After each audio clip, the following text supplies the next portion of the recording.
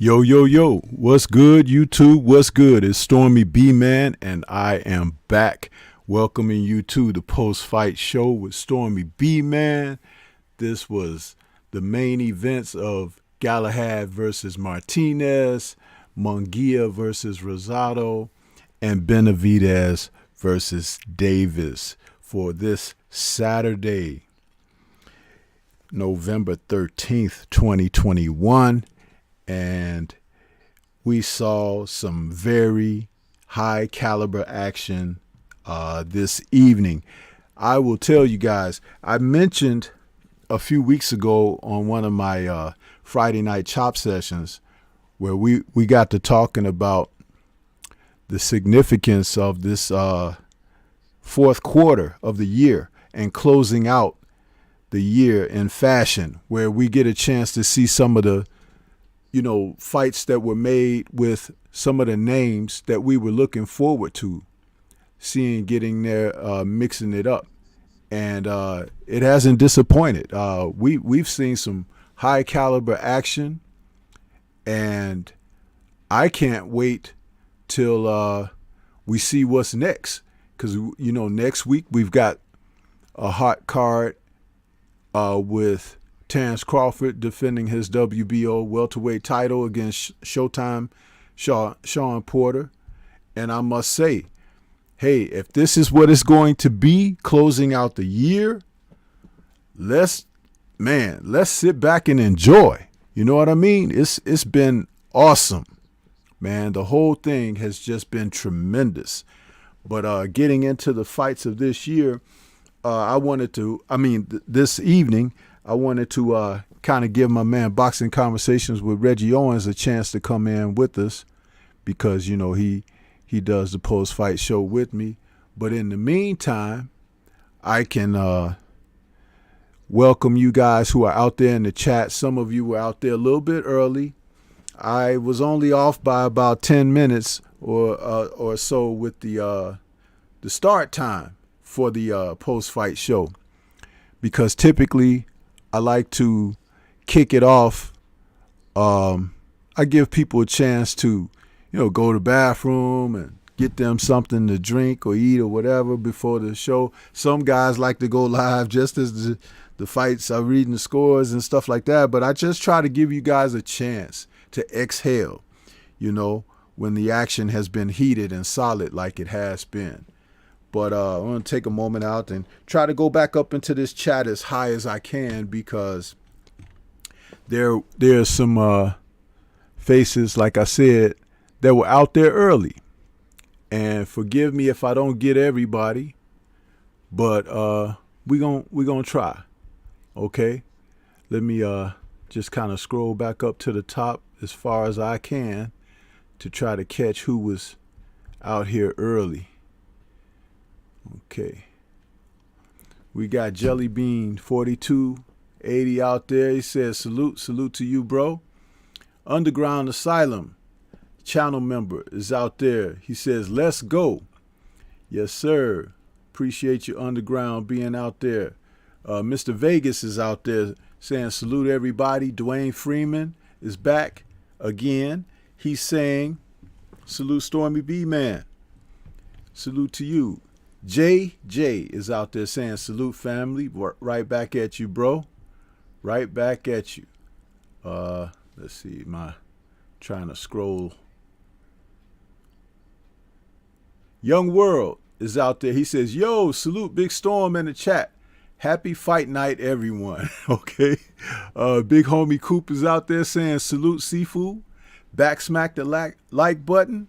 And class is in session, so pay attention. That's right. Jive is out there, channel member, saying salute Stormy, salute to you. And Watcher, my man Watcher is out there. He's saying, forget Munguia. Okay. He fought his butt off tonight. Sylvester is out there. He says, Stormy, salute to you. The resident medic is out there. Kenneth Johnson. What's good with you, bro? Glad to see you back. Also, Kenneth is now a channel member as well. J. Wayne Citizen is out there saying salute.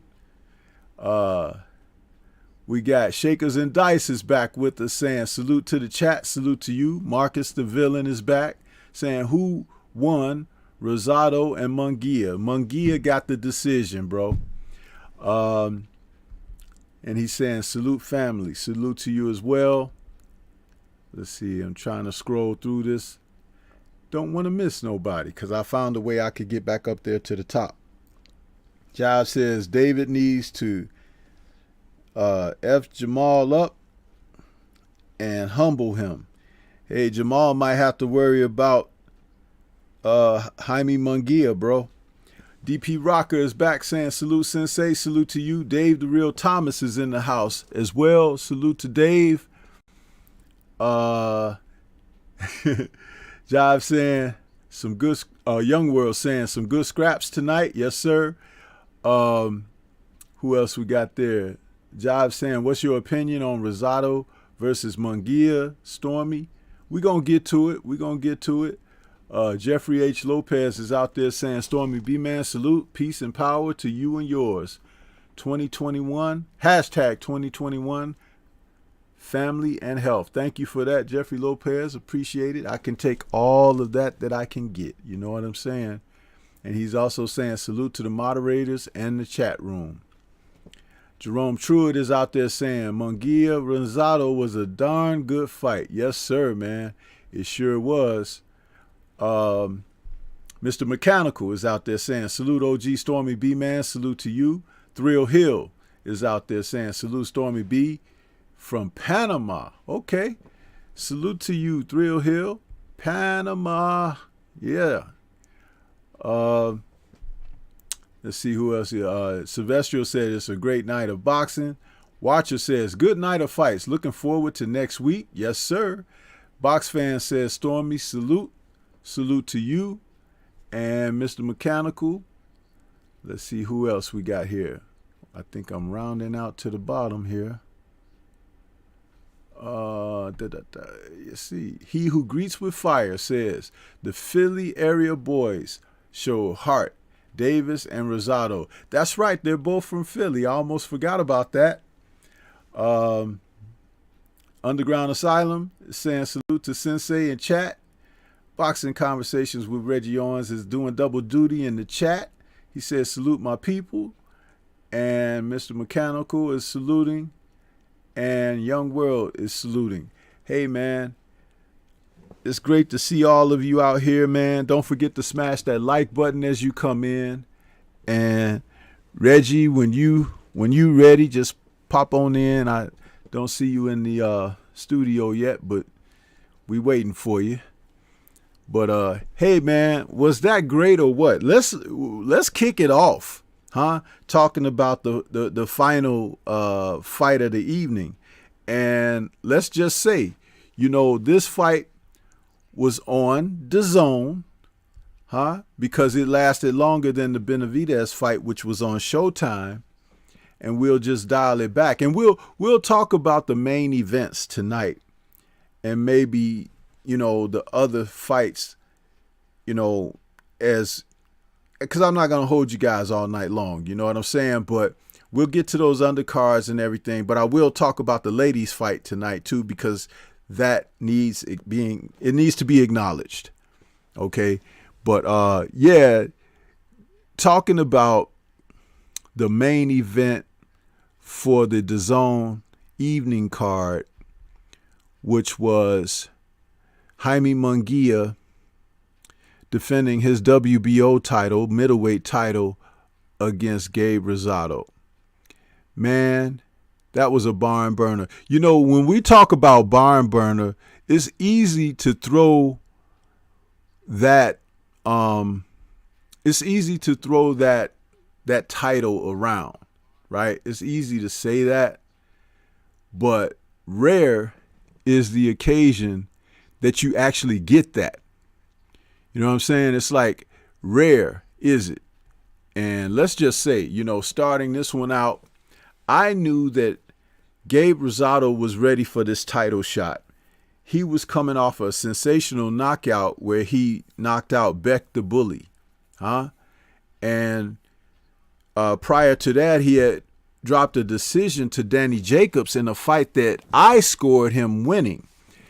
That was one of those fights where the name guy in that instance was Danny Jacobs, was given favor, just like we saw earlier this evening on the undercard with the Benavidez brothers, where Jose Benavidez got the benefit again, just like Danny Jacobs did. And this fight, man, between Rosado and Munguia pitched a number of things that always mean something in the sport of boxing. First and foremost, you had the Puerto Rican against the Mexican, okay, which is a long, ongoing rivalry, and there have been some tremendous matchups between the two nations of fighters. But on this night, with this particular fight, these men did not disappoint. They brought it. They had ebb and flow. It was give and take.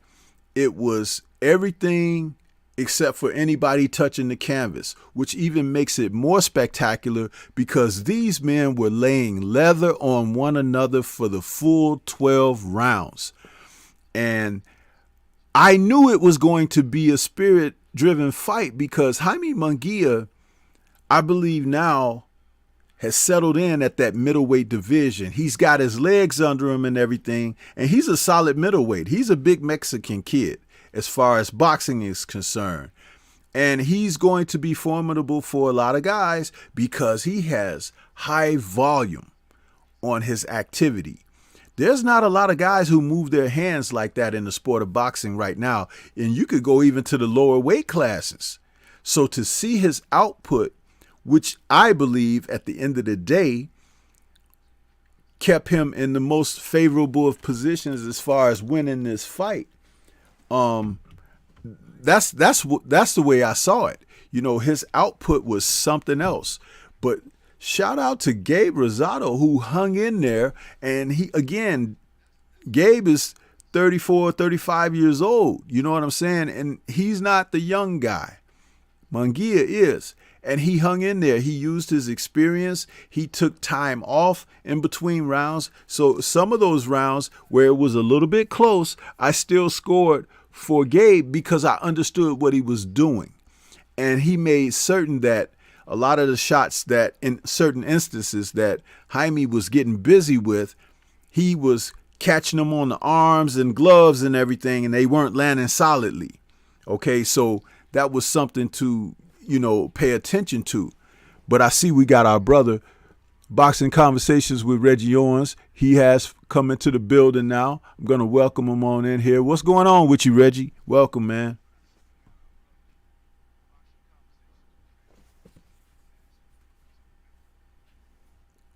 Hey, Reg, if you're talking, I can't hear you, bro. You might have to go out and come back in.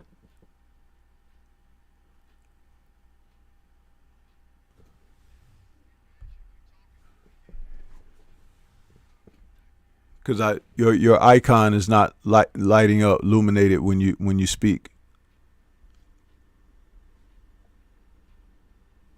It looks like your mic is muted from my end, Reggie. Unmute your mic.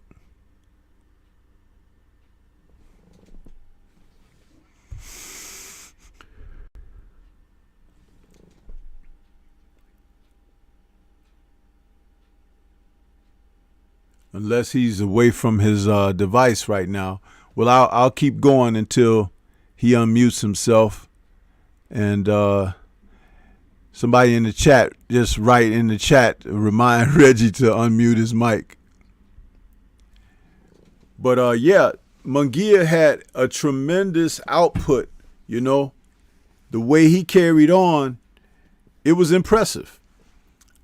And I'm sure Gabe was impressed because Gabe was in there with the guy. He put in body work. He put in punches to the body and head. And his counter right was very effective. He's got one of the best counter rights that I've seen in this particular era right now, because I remember in a earlier era, there were a few fighters who had great counter right hands. And my goodness, Gabe Rosado's right hand was awesome, man. What is it? You know, he started out and he took a few losses in his career. So his record isn't as staunch and stellar as a lot of guys, right? But what you can say about Rosado is that the losses that he suffered, he got better, you know, and he became a more efficient and effective fighter, fighting with those losses, you know. He showed it in the fight against Danny Jacobs, where Jacobs thought he was just going to go in there and probably cut him up or something. Gabe hasn't cut in quite a few fights. And even tonight, he showed some lumps and, you know, bruises, but he wasn't bleeding. He wasn't cut. So salute to the people who worked on him, having him, you know, get his stuff together where he could get in there and protect himself a lot better and do the things that he needed to do to stay in a fight, because cuts can have you be stopped, you know. So Gabe has faced his people, his opponents, and done good things in there. So salute to him for what he's been able to get accomplished in the sport. I'm going to greet a couple more people that's come in here. Who we got? PGH Big Dog is out there. I see you. Reese Bruh is out there, says salute. Stormy B-Man in chat, salute to you. What we got? A few more people that came in. I'm just trying to take it back up. See box fans, Mr. Mechanical, what it do? Underground channel member. Kamara, the stepping razor, says, I knew Galahad was going to get clipped. He was pulling out with his chin in the air and got caught. Congrats to Kiko Martinez. Hey, man, I'm going to tell you something. One more victory by a Spaniard, man, and they're going to stop picking them guys for opponents thinking that they're going to get a soft touch, because Mikey Garcia lost to a Spaniard, and now Kid Galahad lost to a Spaniard, man. Did anybody see Gladiator? You know, Russell Crowe and them guys, they were supposed to be Spaniards and Romans and stuff like that. So you gotta be careful, man. Them guys are warriors. Hey, I see you back, Reggie. Can we hear you now? Yeah, test. Yeah. I hear you. So perfect. Yeah, just holding it down a little bit till you came back in. I was talking about those Spaniards, man, because Kamara, the stepping razor, said in the chat, he said knew Galahad was gonna get clipped. He was pulling out with his chin in the air and got caught. He says, congrats to Kiko Martinez. And I had remarked, man, they're going to stop one more victory like that by a Spaniard, and they're going to stop picking them guys to fight, because them Spaniards coming over here upsetting people, going over to the UK upsetting people. Man, they're not going to be friendly toward them folks, man.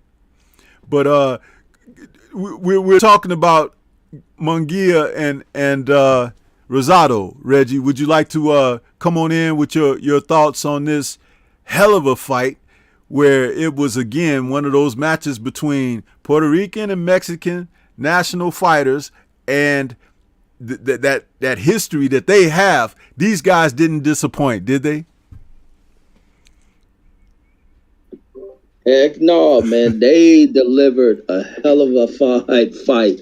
They delivered a hell of a fight, man. And I think this was the perfect test for Munguia to go in here against, someone with the heart and spirit of a Gabe Rosado, man. And Gabe Rosado really pushed this kid to the edge, and this kid fought his way through every single test. Like every single test, this kid fought his way back.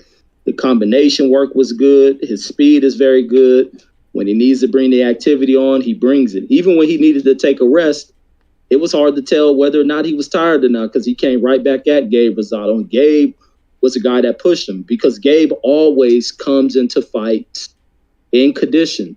Gabe don't slack off in this game, and that's the one thing I got to give him, man. He does not slack off in fights. He's going to always give you your best. So you got to be sure that you're coming in your greatest shape. That extra mile that the coach may have pushed Munguia was a mile that he really needed going into this fight. And also with he's becoming better at movement of his head. He's become way better in his defense versus when he was doing all the clout chasing early in his career. He's made huge improvements. He's working with the legend. And who was that? Eric Morales. They doing great work with this kid. And I'm ready to see where he go. Like I said, I wanted Gabe Rosado to knock him the hell out. I wanted Gabe to pull this one off. And Gabe was trying everything. Gabe came at this kid. And this kid passed every single test. But Gabe had him hurt, too. There was moments when Gabe had him hurt. And then to watch how Jaime Munguia knew exactly what to do in those moments in which he was hurt. He's showing major improvements, and I'm ready to see where he goes with the next step. But this fight was up there for one of the top fights of the year, most definite. Yeah, I was very impressed with his output, Reggie. It's like his volume of punches is what won him this fight. If he wasn't so voluminous and round by round, he would have allowed Gabe to be even closer to him in the fight. I scored the fight amazingly. When I looked at my final scorecard, I had scored it 7-5. And I heard someone else in your chat, they were saying like 8-4 and stuff like that, which is okay. But the action was versatile. Their styles meshed very well because both men were effective at their own, point of implementing what they were trying to do. And there was a clash of that. It's just that, like I said, the volume of punches that he threw, even when the shots weren't landing, it's easier to impress the judges because you're letting your hands go. You know what I'm saying? And he was placing the punches well. It's not just throwing, but when you place them, even if they're being blocked, the activity, it impresses the judges because you're moving, you're doing something, you're taking action. And we talk about that all the time with fighters who don't move their hands enough in a fight. Very impressive with that. Very impressive with Gabe being a counterpuncher at moments and then pursuing at other moments. And also exercising his experience in being physical with Jaime. And I think that Jaime is a little stronger than he thought he might be. So that's why I opened the show talking about he's more steady on his feet now than when he was at 154.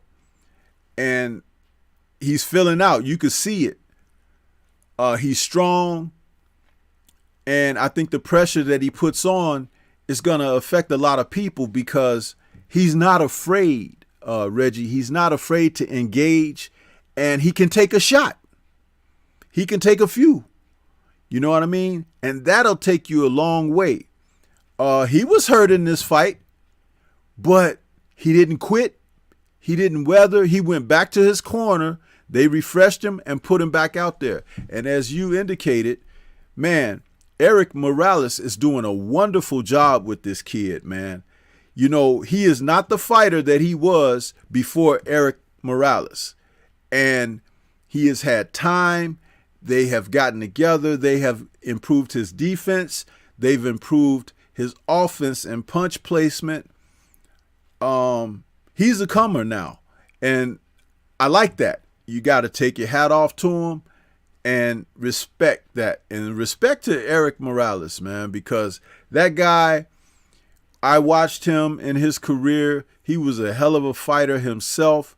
He fought a lot like what we're seeing Munguia do now. And I'm not trying to say he passed that on to Munguia, but maybe the fact that Munguia had the tools and the talent to do or emulate what he was doing, not that he's purposely doing that, I'm not even suggesting, but the results of what Morales has done with him thus far looks very good. Your thoughts? No, man, my thoughts is, like I said, and salute to Morales, man. He's definitely brought about major improvements on Munguia. And Munguia's career can turn out much better than what it was viewed at early on, kind of in the hype of his career. He's showing tremendous improvements, man, and no signs of cowering in the fight. He didn't look at any moments of being, of any signs of doubt at all in this fight. He really showed that he belonged here. And people can't discount the fact that this was Rosado, because Rosado has shown himself proven amongst guys who have been at the top level, and especially against Danny Jacobs, where he should have earned a victory there, knocking out Beck the Bully, coming in here, giving it to Munguia, giving Munguia everything he can handle. And this right here, this night may have proved that Munguia may be able to handle some of these guys that are of note within the division. And I mean, Munguia can probably give a run to some of these top guys. And I think his next fight should be a run towards one of these cats. Let us really see what he got. But Morales knows what he's doing over there. He's been in the game as a top dude himself, and then coming back over here as a coach. And he has a fighter who is listening and responding to what he's teaching and telling. They may get something, man. This is all that Munguia needed to change everything, was to find a teacher like Eric Morales. So I'm looking forward to him, man. No longer can I hate on Munguia, because I wanted him to get knocked the hell out. But after this battle, man, he earned my respect. Yeah. I've been watching him since he went to 160, and I always felt like if he got to that point of what he displayed tonight, as far as me talking about him being steady on his legs and everything, he's going to be a problem, because he's a fighter that can box, but he likes to fight, and they turn him loose with that. And let's put it plainly, Reggie, let's just put it out there. There's not a lot of guys in that division that can deal with that. You got guys who will pick fighters that they know they could beat, and fighters who have limitations and stuff like that. You got to be a guy with some pop on your punch, first of all, that will make him respect that. And then you're going to have mobility, because you can't stand with him, because he'll just overwhelm you with volume. So using the jab, being on the move, slipping, sliding, sort of like the way that Kyron Davis opened the fight against Benavidez. But a fighter has to be able to do that for 12 rounds. You have to be a fighter who's accustomed to doing that on the regular and can go into that mode when you need it or whatever. And there's not a lot of fighters with that now. It's kind of like, how Ali used to glide around the ring, snapping the jab, and then set down on his punches and then get back on his toes and move more. You don't see that style too much anymore. You see everybody trying to fight like Floyd Mayweather and everything. And that's what dumbs down the technical aspect of the sport, because you have to have more things, more variety in what you do. And this is this is interesting, because even Jamal Charlo could have problems with this kid, and I'll tell you why. Remember his fight with Montiel, right? And Montiel is not the fighter that Jaime is. And Jaime's young. That energy bar is high. Jamal is kind of flat-footed. He's heavy on his feet, so I don't see him getting up on his toes and stuff like that. And if he gets tired or winded, because this guy puts in the body work and everything. Yeah, he's got a heavy jab. He pops that jab, but this kid gets after you right away. And like I said, he could box too. So it's like, I like that. But throwing another name in the mix to make people take note and look, because, you know, what I'm saying, there's no bias in what I'm saying. It's just an honest assessment of talent. There's not a lot of guys who let their nuts hang, so to speak, across the divisions. There's a few, but not all of them. And especially when you talk about guys who are titleists. So it's getting ready to get very interesting. And just like that show I did a couple of nights ago where we talked about, is the next, you know, generation ready to step up? I think we forgot about Jaime Munguia because of his inactivity and things like that. But he's still a very young cat. How old is he again, Reggie? Because I forgot to look at the screen when they were showing the tail of the tape for them. Yeah, I don't even know. I didn't even see it. I don't think he's over 24. So, man, you know what I mean? So it's getting ready to get interesting, man. But I'll tell you this, his style is the style that needs to face Canelo.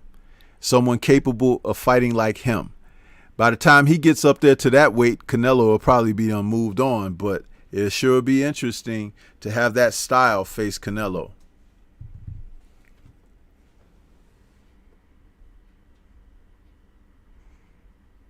Any final thoughts on that one before we move on, Reg? No, that's all I had on that. Okay. Let's go to the fight that took place with that ended before this. Benavidez versus Davis.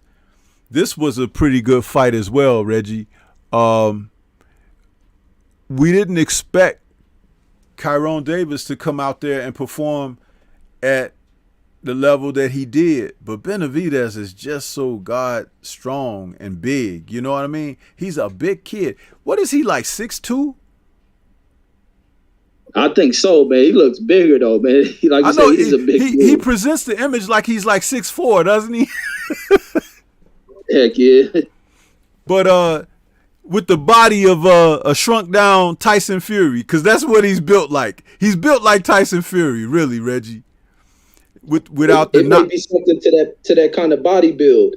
Yeah, without the knock knees, because Tyson Fury got knock knees, but this kid is really big. And looking at him, when they showed that they revealed that mural on their wall of their gym or whatever with him, his dad, and his brother, and they were standing there, I'm like, man, look how much bigger he is than his dad and his brother. You know, it's like, and when they showed the picture of them when they were talking about him and he was a little kid, he was the smallest one and shit when he was a little boy, like 5-6 years old, you know. I'm like, man, that kid is something else, man. And he's young. You know, Benavidez is a young dude too. He ain't like 28 years old yet, I don't think. But just a big guy. And he covers a lot of real estate in the ring, bro. When his last couple of fights, when he fought Darrell, and he fought someone else after Darrell, but when you look at him, you want a big ring. You don't want to be in there with just one of them 16 to 17 foot rings. You know, you want to be able to move, because he take a couple of steps and he right on you. And the last thing about him, Reggie, is his hands are fast. He got fast hands, bro. You know what I'm saying? So it's like, that's the thing that Kyron had trouble with. It was his hand speed. He could handle the power, but the volume of the punches that he's able to let go, and he can punch from any angle. And he's heavy-handed. So very interesting there, Reggie. Let's hear your thoughts on this particular fight. And you know, I told you, you were doing a great call this evening, man, when you were calling the last fight. But I want to know what your thoughts were on this. Man, this was a good fight too, man. This is another good fight. as it turned out, many people thought it'd just be Chiron going in here to lay over and fold up, and he really didn't. But I think just early on in the fight, and being that he was a last minute replacement, I think for a moment, the moment got a little bit big for him. Maybe not so big, but I think the moment kind of nerved him a little bit. I think he was a little bit nervous in this going into this fight. He's in this guy's hometown. This is a huge step up for this guy, and he had to kind of settle himself. And I can kind of see that, but he's strong as hell. His ability to really take those Benavidez punches was quite impressive. But it was like if his nerves weren't getting the best of him, I think he would have let a little bit more punches off. And matter of fact, I think in this fight he did hurt Benavidez as well.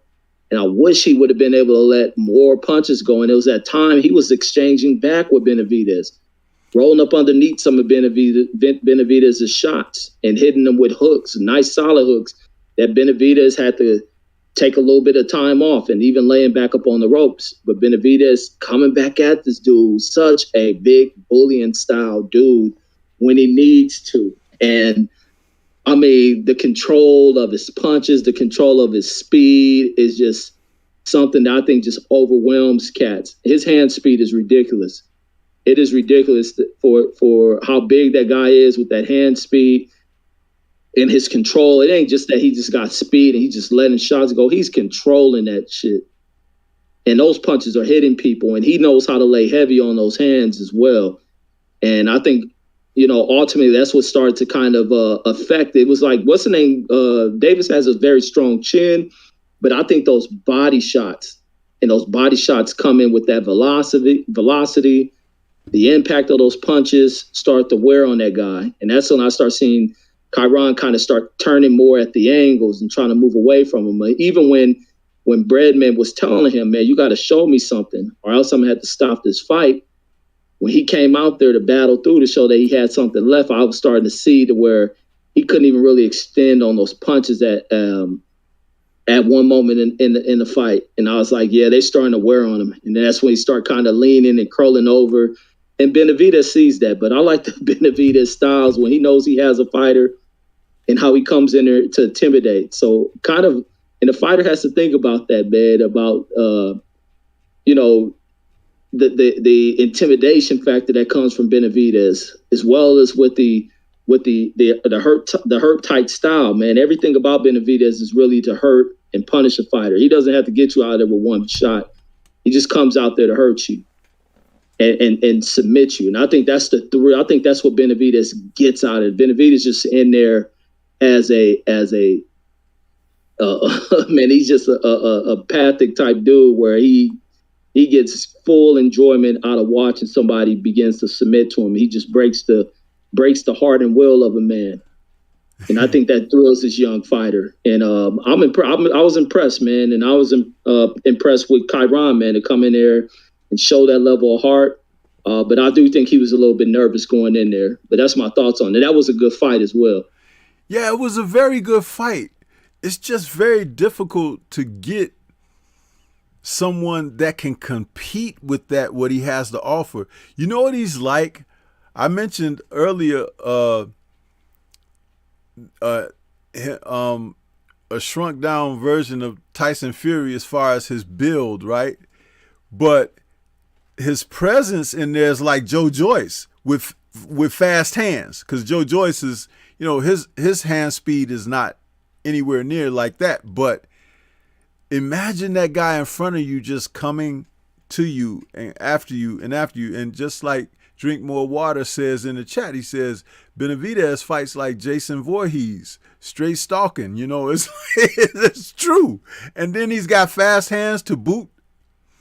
So you have to have something that can offset that, but you're too busy, like in the case of Davis tonight, he's too busy trying to worry about his well-being to get his stuff off, because he had some great strategy going. Reggie, like the movement he was given early, he couldn't keep that up because that's maybe not the way he normally fights. But remember, I said this about guys who fight like that. If you fight like that, You could do that for 12, 15 rounds because you could set down on your shots every once and again and then get back on your toes and moving. And you don't just move one way. You have to move left. You have to move right. And the thing about it is that will tire out a guy like that. But when you can only do it for a couple of rounds and then you got to sit down and say, well, now I got to fight the guy. That's a mental battle within itself without even the physical stuff taking place. Because the pressure is coming on and like a wave, you know. So it'll be interesting if Canelo does decide to fight the guy. Because remember this now, I think that Chiron was at least, 5'10" or 5'11" or something like that. Canelo is 5'7", bro. 5'7". Let that sink for a minute. And he ain't like Callum Smith, the guy from the UK who was 6'4", wouldn't let his jab go against Canelo and all of that. This dude is going to hit Canelo and he going to be pressuring. And, Canelo got good counterpunching and everything like that, but it's hard to be counterpunching when you blocking and covering up for a guy that let his hands go like Benavidez. And he brought his belts to the ring tonight, even though he's not a champion, but he brought those belts to the ring. It was like he was, reminding people, I got 2 belts for a reason. Y'all might be celebrating Canelo, but this is what I have. So I like that he did that. It wasn't just a guy like showing up like T.O., with belts, and it's not his event. At least it was his event tonight, the main event, and he brought his belts to remind people, I was the real champion here, and they took the belt away, and then Canelo came for it in my absence. So that's kind of like sending a message out there. What are your thoughts on that, Reggie, about him sending that particular message? He said, if you're going to take pictures with T.O., then I'm going to do my own version of it. You ain't winning no belt. You the same way as T.O., you missing a true WBC title. And I got it. So here it is. You want it, come get it. And that's going to be a difficult fight for Canelo, man. He going to stalk Canelo, man. Canelo better not be like one of the white girls in the horror film tripping. And trying to get away from this dude because, like I say, Benavidez takes thrill, man. Like I say, he takes psychopathic thrill and just stalking these dudes, being big, and just walking them down. It's almost like an animal when you see an animal where they puff themselves up, prop up to be bigger than what they really are. And in the mind of the opponent, they look like humongous giants, and it's all psychological. But this dude's quickness and speed, I want to see how well Canelo takes his punches, man. I really want to see. This dude's jabs are good. His inside combination work is good. But how well does he take where Canelo hooks him to the body? Can Canelo reach him up to throwing a punch that high up to the chin without him throwing a punch in between Canelo's? Canelo had a difficult time facing Caleb Plant. He may face that again against this guy. And this dude's combinations are probably a little bit quicker than what Caleb was able to catch Canelo with. And these punches are much harder than Caleb, way harder than Caleb's. I want to see if Canelo gonna make this fight, man. I want to see if they're gonna make this fight. He already called out Canelo. But Canelo, he got the real belt. So you got to fight this dude because you ain't earned it. This dude only lost it off the scales. You kept yours when you fell for a drug test. This dude should still have his for missing weight, trying to be Tony Montana. He's still the champion. And I'm glad he brought his belts. T.O. can do it, then he can do it. Absolutely. And another thing, too, Reggie, is that he relishes a challenge. Even when Davis was hitting him with shots, he took a step back and was like, okay, come on, bring it. He ain't afraid of contact either. That's another thing to feature about this present day fighter. You got a lot of these guys, Reggie, across the divisions. They don't like contact, bro.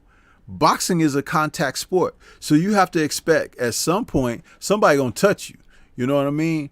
So remember that Canelo, when Benavidez was active with his belts, Canelo wasn't interested in fighting him, and that's when he was talking about, I'm not fighting any more Mexican fighters. See, hindsight being 2020, that's what he was talking about, because he knew going across the divisions that he looked at the landscape when he left 154 and he looked at 160. There were certain fighters at 160 that he didn't want to face because of the styles. And they Demetrius Andrade is like Austin Trout. He don't want to face that anymore. Or Lara, And Jamal Charlo was a different fighter a couple of years ago when he first moved up to the division. So that's not something that Canelo was looking at. You know what I mean? But it's funny how when we thought that they were young, talking about the Charlo brothers at 154, being at both of them at 154, they and Canelo are like the same age. So what's really interesting was, remember the stretch of fighters after Floyd that Canelo was fighting? They were all older than him. He was like on a veteran tour or something, right?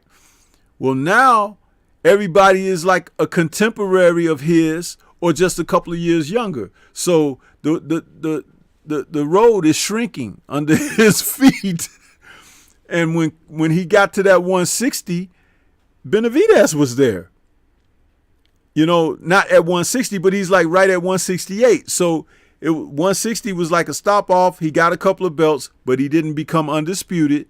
And then he jumps from there up to 175 to face Kovalev. So we could see the writing on the wall. But any final thoughts, Reggie, on the Benavidez and Davis?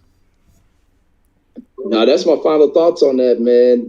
That was an exciting fight, man. And salute to Davis for coming in here to make this a tough fight, to make Benavidez have to earn it, and for him not to lay down. And also salute to Breadman for stopping that fight when it needed to be stopped. I definitely got to say salute to him.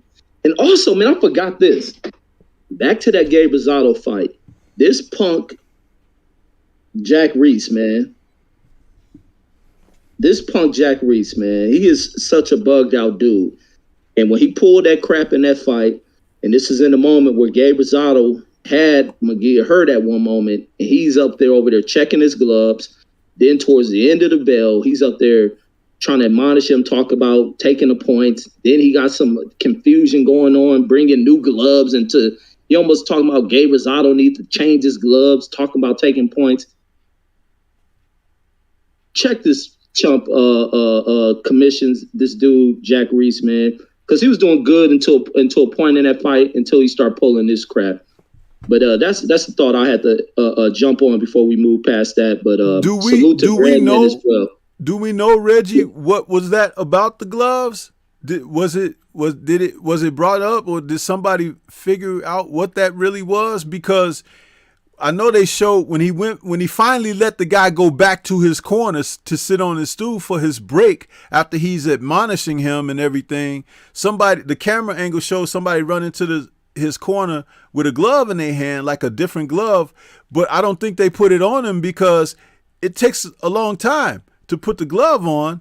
If you're taking one off, you got to peel the tape and everything, unloosen the laces or cut the laces. And then the new glove, you got to put it on, lace it up, tighten it down, then retape it. And they didn't take that much time in the corner. I remember when Evander Holyfield fought Burt Cooper and Lou Duva had cut his glove, because Holyfield was in trouble, and he give him some extra rest. So they brought a different glove to the ring to replace the one he was wearing, and it took a couple of minutes, in the corner. So I don't think they went over their regular 60 seconds. So did anybody find out what happened with that? What the hell was that Jack Reese on it about? Yeah, I don't know, because even in that moment, Jack Reese grabbed his gloves, looked like he tried to snatch tape off of it. But then when it was in the corner and they dropped the glove in the ring and everything, he handed it to one of his cornermen, And Gabe was telling him, like, he said, no, we ain't got to change the glove. And nowhere in sight was Jack Reese. It's just like, man, I don't know what the hell he was on, man. But nothing happened with it. Gabe ended up telling him that the ref said we don't need it. Drink more water. Drink more water, say in the chat, Reggie. He say, oh, now he want to check gloves? Right.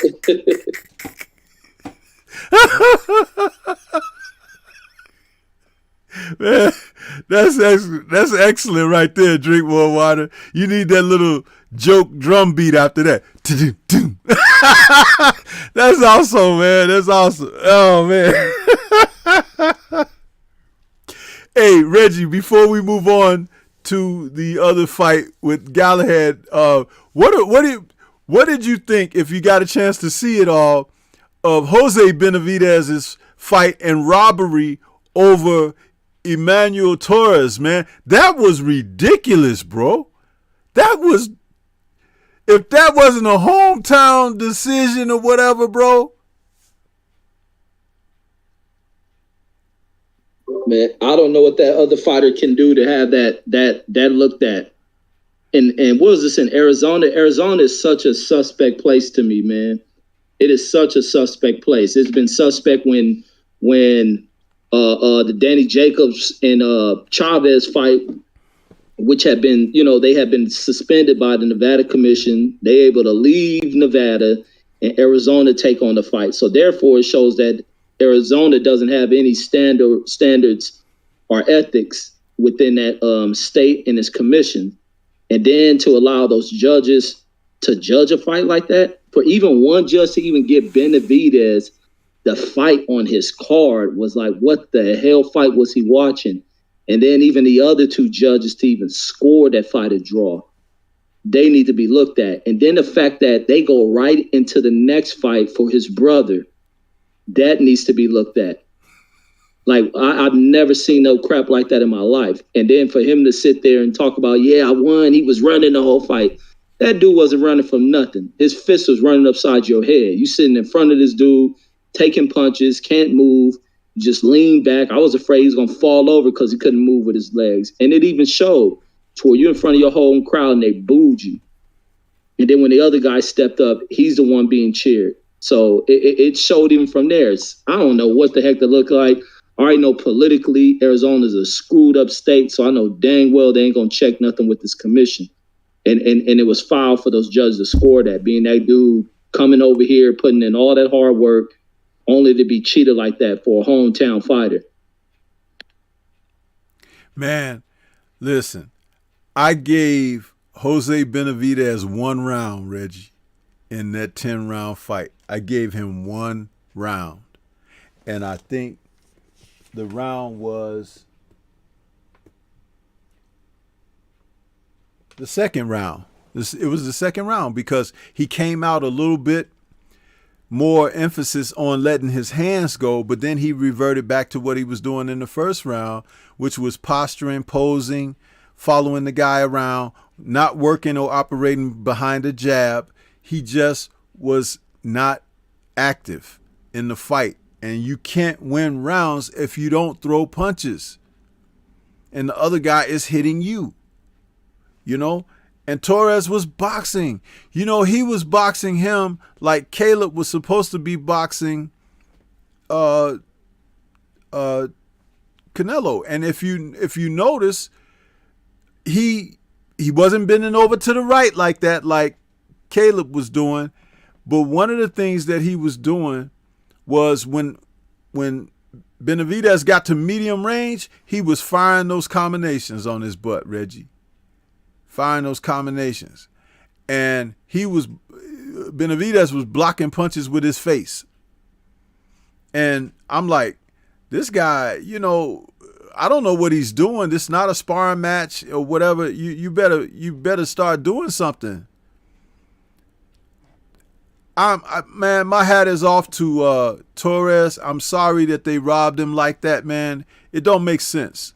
It really don't make sense that these guys work as hard as they do, and then to have those judges do what they did. And how about this, Reggie? You mentioned it on your air. The same judges for the main event.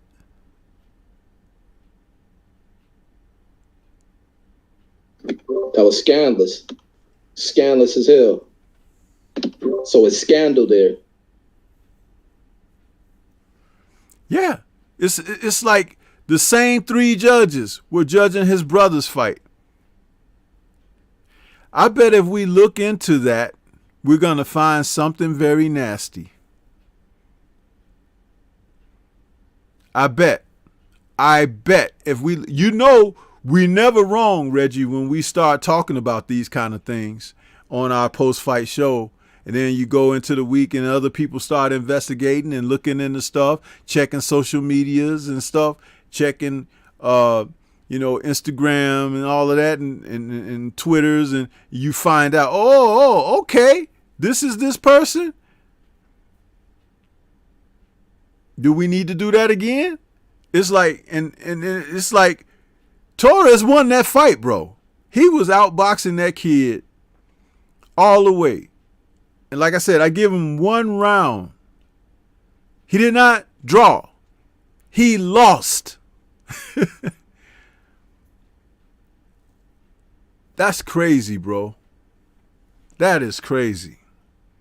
But, we see it all the time. We talk about it all the time. It's almost like Knockout Boxing was in the chat of Conor Loco, who was taking over for KQKC, and he was talking about how they on their show, like you and I, are like every week now they're talking about the judges. It's like, it's obvious that there's something wrong here, right? There's something wrong. If you get to judge 2 fights in a row, the co-main and the main event, they couldn't get 3 more people? Really? That's like making a referee ref 2 or 3 fights in a row. That's crazy, man. I mean, but we can move on. I just wanted to mention that because you had said something on your air. It's like when the fight was getting ready to start and they announced who were the judges. It's like it's the same 3 people. And I believe, Reggie, that they don't think the average, viewer of boxing or whatever would think anything of it. They show the same names. It's like, okay, let's go with round 1. But it's like, come on, man. That's corruption. You got 2 brothers fighting on the card. I bet you they didn't do that when Maul and Mel fought on their card on Showtime. I bet you they didn't do that. Have the same judges in their 2 fights. Huh? No, I was saying, heck no. Yeah. Heck no. See, it's like, come on, man. But these are the kind of things that we point them out. We just want the people, like, if you listening out there, go take a look at those judges and write their names down and check into their backgrounds and the fights that they've been judging and stuff. You're going to find something that you don't like. I guarantee you. I guarantee you that. But it is what it is, man. But let's go on over to this card here, Reggie, where we saw the main event was Kid Galahad taking on Kiko Martinez. Now, what I found interesting in that fight was the women's bout, where we had a chance to see the sister that was from, what they say she was from, Detroit, Reggie? Yeah, I think she might be from Flint or somewhere. Yeah, she come out and she's a model and everything, according to what they say about her. Oh yeah, I believe it. She fine as hell. Yeah. Terry Harper took on Melissa. How do you say her last name? Baumgardner. Baumgardner. Yeah. She came out, Reggie. Now this is my first time seeing her box, but I've heard her name before, but this is my first time seeing her box. She came out and I remarked that she boxes like a guy. And I don't mean that to be insulting, but it's just like when a woman basketball player, she plays so well and her skill set is so that it reminds you of a guy that mastered his skill set or whatever. And it's not comparing men and women, but actually just not acknowledging that she's a skilled person as a fighter, and it don't matter if she's a woman or a man. She's doing, when she got out there and she shot those couple of jabs at Harper at first, it kind of, took Harper aback because it was like a different level. You know what I mean? And then she started dropping that left. Alicia started dropping that left, and like Roy Jones would do, and then she was pot shotting her and stuff like that. But the action on her part was very interesting. I gave her all of the rounds up into the KO, which was in the 5th round. And with each and every round, her confidence just grew and grew. She was already confident going in there, but she knew she was in there with somebody that couldn't hang with her. And it's interesting. I listened to the UK, the announcers and stuff, how they were talking about the fight, as the action as it was happening on DAZN. They weren't like very happy because she was beating up on the hometown girl, but Melissa was, I call her Alicia. She looked very good, man. And when she ended the fight, that was sort of like Juan Manuel Marquez and the 4th fight with Manny Pacquiao. With the exception of the girl didn't go down. She was out on her feet, and the referee had to save her because her legs went stiff and she turned sideways and she was out. Unconscious on her feet, and the follow-up shots were about to just take her out even worse, and the ref jumped in. He got hit in the process, but he saved that woman's life because she was unconscious, man. And if she had fallen to the floor, she could have hit her head or anything, because that right hand was so clean, Reggie, it was on the chin. You know what I'm saying? And that's how you like to do. They call it hitting them right on the button. She caught her coming in and hit her right on the button, man. And that probably, and I talked about this before, when someone lands a punch like that and the person go, it's like when Gabe Rosado knocked out Beck the Bully, when you hit someone like that, that's not even the hardest punch you've ever thrown. It's just that you throw it so cleanly and it lands on the right spot. Boom, the fight is over. Your thoughts on it? Man, my thoughts is, man, salute to Alicia for going over there and upsetting the apple cart. I bet Eddie Hearn over there crying, the Queen of England crying, the whole Buckingham Palace over there crying to watch this Black American chick from out of the hood, the Detroit slums, whatever Eddie Hearn would like to say about people who come from poor areas in America, whether they country bumpkins and backwood or urban slums, went over there and knocked the crap out of the porcelain princess, Terry Harper, taking them belts. And Eddie had to be a sad-ass puppy up over there. I mean, this girl put his damn, what was he trying to come over here doing across Atlantic? She put that boat in reverse. Went over there and snatched some jewels from it. And the way that she knocked this girl out, this woman was really knocked out off on her feet. It was just a matter of time before she tumbled to the side of her head on that canvas. That ref ran in there and saved her. It was almost like the Jack Johnson era of them turning the cameras off. That's how that referee went in there to do that.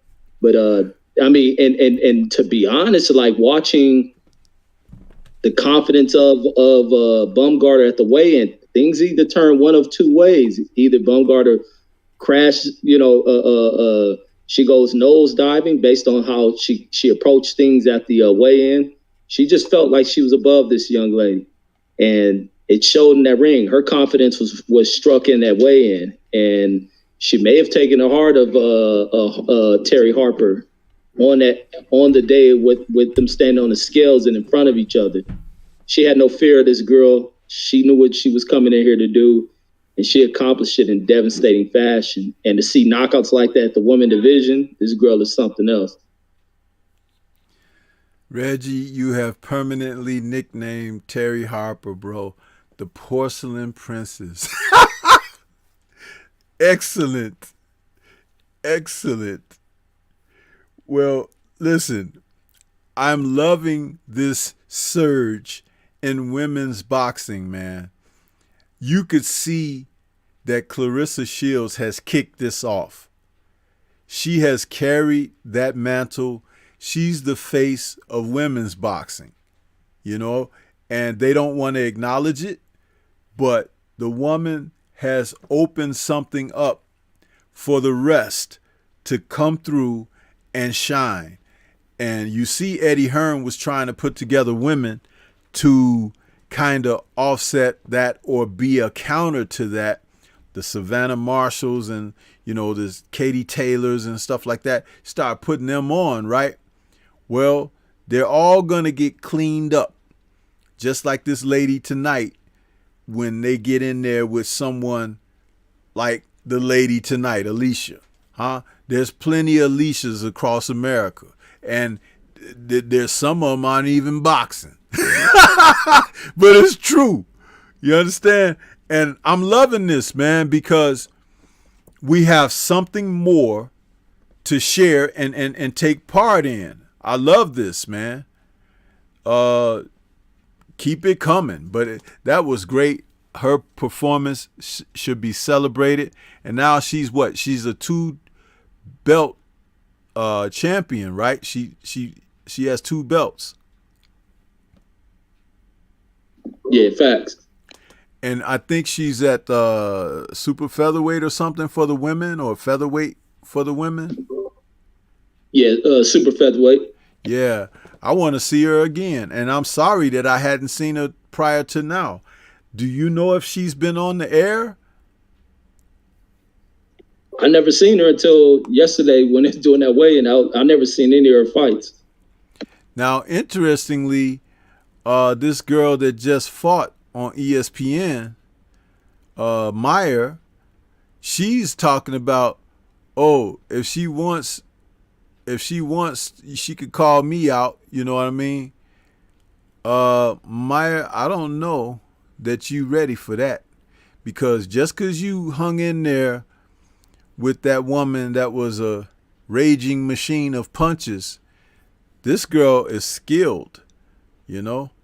And just like she put that on that woman's chin, she could put it on yours as well, you know? So, but give it time. We got some fights for the women on the scene, Reggie. And I told you that Claressa's coming back in December, on that December 4th or 5th card, whatever that date that is. Not the 11th, but there's the early date. She's going to be on Dazn fighting somebody. They haven't announced the opponent yet. So that's going to be interesting. But I love that. Now let's get to the other fight that was the main event from this card. And that was Kid Galahad and Kiko Martinez. Give us your thoughts and breakdown on that, Reggie. Oh, man. That was tragic, man. That was tragic. That was such a tragedy, man. And I like Kid Galahad. If there's one of a few fighters out the UK I like, it's definitely Kid Galahad, along with probably Daniel Dubois, and that's probably really about it. But this Kid Galahad can really fight, and I thought he was going to go in here and, you know, put on a clinic against Kiko Martinez. I didn't really think it was going to be to where this was going to happen to him. I never even thought this would happen to him. I thought he was going to be able to go in here, style, put his work together, and that's what he was really in there doing. He was really putting in good work in here on Kiko Martinez. But the one thing I thought that was not working, or it was, well, not so much that it wasn't working, but it was just time for it was just going to be just a moment of time to where those right hands start getting in there. The angles, those angles he likes to fight in, where he can switch, he changes the angles, where he's standing in front of an opponent, how he stands on the side. He put himself in a bad position to where it's just, you know, right for the pickings for Martinez to throw those right hands. It was the proper angle for him to twist over on the punches and to strike with it. And he stepped forward at Galahad, clipping him in that 5th round with that punch right on top of the temple, dropping him backwards like a tree. It was timber time in there. And I was like, wow, like what the hell? But this dude does have a lot of knockouts on his record. I think he had, 29 or something at the time when going into this fight. So he can punch. And I think Eddie and them thought this was just going to be a showcase fight. And you just can't count these dudes out, especially these guys who believe in themselves. And Martinez just, if he wasn't out, he was going to give it his all. And then he comes as soon as, because that knockdown, the 5th happens right towards the end of the 5th round. So he ended up getting saved by the bell after being dropped bad. As soon as he goes into that 6th round, that first punch he threw was the same dang punch. I was looking over the clip of what Galahad was doing. Is Galahad tried to knock the punch down. He's a little bit off on it. He missed it, leaving just one hand to defend himself. That hand wasn't in the right spot. He got Caleb Plant with the punch. And Martinez's right hand was coming right up over it, hit him right in that same spot. Timber time. Boogers coming out his nose and everything, man. It was devastating, man. And I don't think Galahad knew what hit him. He didn't even know where he was at. They, like you said, they whisked him off so dang fast. He was back in the crowd. He probably thought he was watching the fight. But it was devastating. It was devastating. And once again, Eddie Hearn suffers 2 defeats in the same day at the same venue. I mean, it's bad over there in the zone. It's bad over there in Matchroom. The UK fighters need to start moving themselves around. And matter of fact, the trainer he had is a trainer for somebody else. The other thing that I've seen also Galahad doing wrong is that backing straight up. I think it's the coach who used to train Kel. He trained all them dudes over there. But him moving straight backwards, I don't think Martinez too much, not calculated, but scored off of Galahad moving straight back, because Galahad does move back and dropping like his left or right hand as he moves backwards. But those angles just didn't work for him in this one. But that's my thoughts. Yeah. And he was winning the rounds, Reggie. He was winning the first 4 rounds clearly. And even in the first round, he hit Martinez with something that buckled him a little bit, and he went back near the ropes. And I'm like you about Galahad, because I had seen him on a couple other cards before he won that belt. And I was like, okay, because he put me in mind of what's the Cuban fighter that used to fight at lightweight? I can't think of his name right now. I was thinking of his name when I was watching the fight. Huh? You're not talking about Rigo, are you? No, there's another Cuban fighter that used to fight. He's older now. He's retired. What's that dude's name? Name is just on the tip of my tongue, Reggie. But he had competed in the era with Shane Mosley and those guys. But he was at lightweight. He tried to move up. Casamayor, there you go. He who greets with fire. That's who he reminds me of. Joel Casamayor. That's who Kid Galahad remind me of. And thank you for that. He who greets with fire, because that style is similar. There's southpaw and switching and stuff like that, and that's who he reminded me of. But I think tonight, maybe the chin being up in the air or whatever, yeah, he fights like that, but I think he got too relaxed and comfortable with his work he was doing, you know, and he forgot that Martinez was a former champion, you know, and he got caught. And I think after that first knockdown in round 5, when he went back to the corner and everything, I don't think they refreshed him. I shouldn't say it that way. It's not on them all the time, but I don't think he was recovered. Because when he came back out for the 6th round, the knockout happened like within the first 20 seconds. So he wasn't ready. He was finished when he went back to the corner. But dang, bro, that was a highlight reel knockout. We've seen those this year, Reggie. Even though we haven't always gotten the fights that we wanted to see, we have seen some tremendous action that has ended quickly. We have seen some things end controversially. We have seen almost everything, but we can't deny that this has been entertaining, and we are still in the midst of the fourth quarter. And I was telling you a few weeks ago on the Friday Night Chop session, we're going to see how this year finishes up because there's some good fights on the horizon. And man, dude, we are in the midst of this, and it's great stuff, Reggie. Great stuff. Oh, yeah, boxing is strong, man. Boxing is strong. Yeah. And, you know, after, you know, I had the chance to, you helped me out a little over a year ago with the Dazn, looking into that. And so when I went ahead and subscribed for Dazn, they're better than ESPN. That's not saying a lot, but I will say this: you get to see boxing, and I like that because when we do our shows and I do the Friday night chop session and stuff, this is like, it gives you material to cover and everything.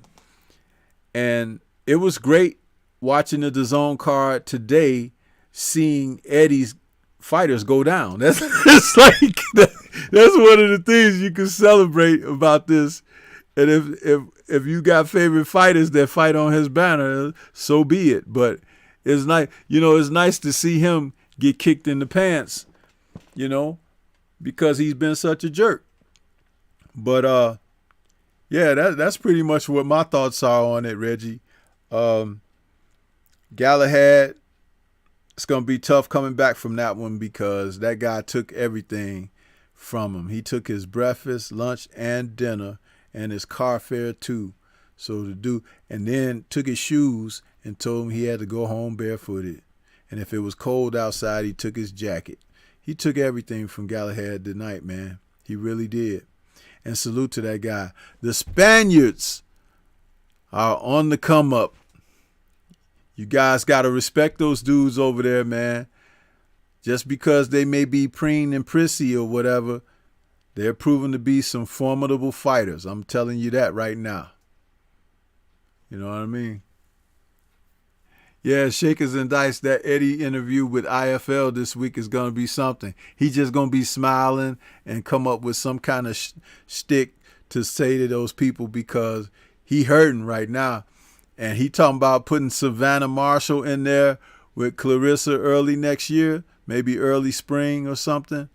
Man, when Savannah go down, he really going to be hurt because that's the woman they've been really building up. So yeah, so be it, man. But that's what we're heading toward, Reggie. You can go ahead and give us your final thoughts and everything, and anything you got coming up that you can let the people know right here. Volts Yes, UK. sir. Excuse me 1 second, Reggie. Volts UK is out there in the chat. He says, "Damn, did Galahad lose, Stormy?" Yes, he did, and he lost ugly. He was knocked out early in the 6th round after being dropped in the previous round just near the bell, and he was slept stiff. They had to bring the pine box in for him, And if Votes UK, if you got a few dollars, you may want to send some flowers. Yeah, he lost more than the fight. He lost his consciousness. That dude, man, I'm telling you, Martinez, he was so happy he was hugging the referee. Right. He was hugging the referee, Reg. He was like, hey, man, I did it. The ref was like, hey, be cool, man. They going to think we, working together in this, or something like. It was just funny to me. The dude was happy, man. Can't even speak the language. He's like running around talking to people and stuff. And they don't understand his ass. Oh, man. What a great day of boxing, Reggie. I had a great time today watching this stuff, man. I had a great time. Yeah. Okay, I'm sorry. You could go ahead and give your final thoughts and everything, man. Yes, sir, man. It was, man, like you said, a great day of boxing, man. I had to go and play catch up on the Dazn stuff from earlier today, and that was a great way to start the day off. Then going into the Showtime card, watching the main event, impress. Then going into the who was that on Dazn with the Munguia fight, watching a straight up war go on between Gabe Rosado and Jaime Munguia. Man, impressive work. And it's only going to get better before this year ends. And ain't Porter in them next week? Yep, next Saturday is wow. Terrence Crawford takes on Sean Porter. So wow. Yeah, man. It's like the hits keep on coming, you know what I mean? Putting them out like Motown, bro. I'm enjoying it, man. I really am. Well, yeah, but if that's all you got, unless you had something special or whatever, we can go ahead and get ready to sign on off and let everybody on to their weekend, man. But great night of fights. Salute to everybody that came out and, tuned in to our show. And for those who are in the chat participating and everything, we appreciate you, channel members as well. And I see some, there's a few new faces out there that I didn't know that was subscribed, but it's nice that you guys are finally coming on in and writing in the chat, because I've always talked about that. Don't be peeping through the blinds. Just come on in and leave comments. Just keep everything respectful, and we'll have a great conversation when we talk about these fights. And we know that there were many more fights, but we're not going to go into all of that because everybody wants to know what happened in those main events. And they were all exciting.